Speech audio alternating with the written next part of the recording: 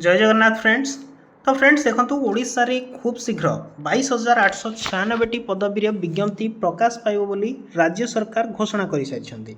Details रे बुझा जदि आपण मैंने आज गणमाध्यम देखापी जी से देखापी पाइबे निजे मोहन चरण माझी जी कि ओडिशार मुख्यमंत्री अच्छा डिक्लेयर कर सारी कि अगस्ट 31 सुधा आपणकर जहाँ भी प्रोसेस रही 22,896 पदवी ताहा अगस्ट 31 सुधा प्रोसेस को कंप्लीट करने सूचना दे सारी। तेणु डिटेल्स रे आज भिडियो आलोचना करवा जे आपणकर केउं केउं विभाग रे सब पदवी गुड़िक आसीबो एवं केते भितर यार रिक्रुटमेंट प्रोसेस कंप्लीट रहिबो कहीं आपण माने जानिछंती केतेक ऑनगोइंग प्रोसेस रे रहिछि एवं किछिर प्रोसेस वर्तमान पर्यंत आसीनी नोटिफिकेशन आसीनी। डिटेल्स रे बुझिबा केउं केउं विभाग रे आसीबो केते पदवी आसीबो किभଳି भाबे आसीबो आलोचना करवा। तेणु भिडियोटी को शेष पर्यंत देखिबे जहाँफल कि आपने कम्प्लीटली इनफर्मेशन पाइपर जहाँ लेटेस्ट इनफर्मेशन रही आपको शेयर करी एवं जो मैंने एपर्यंत चैनल को सब्सक्राइब करनी कारण आगामी दिन में ये हेल्पफुल कंटेंट आम चैनल रू पाइपर।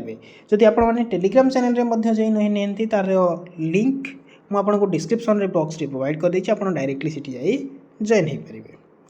तो फ्रेंड्स बर्तमान देखंतु केउं केउं विभाग रे सब पदवी गुड़िक आसीबो। तो ये देखंतु जहाँ इनफर्मेशन रही मो पाखरे 10टी विभाग रे समुदाय 44,909 पदवी फांका रही एमध्यरू 22,896 पदवी आपणकर प्रकाश पाइब एवं यार प्रोसेस ओडिशा सरकार कहते अगस्ट 31 सुधा या कंप्लीट करने क्यों क्यों विभाग रे सब पदवी आसीबो। देखंतु सबुठारु अधिक जदि कहिबा विद्यालय गणशिक्षा विभाग रे रही 8,358 पदवी एवं पंचायत राज विभाग रही 4,042 पदवी स्वास्थ्य विभाग रही 3,677 पदवी अन्य विभाग गुड़िक रही भाव 10टी विभाग जो रही से 10टी विभाग में आपंकर विज्ञप्ति प्रकाश पाइब से 10टी विभाग में नियुक्ति दि बर्तमान एवं से 44,909 पदवी आपंकर 22,896 पदवी पूरण कर राज्य सरकार घोषणा कर सारी।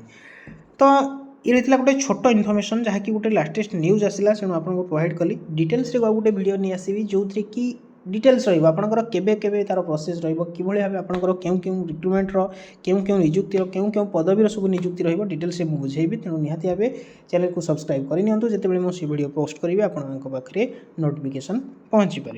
Thanks for watching the video.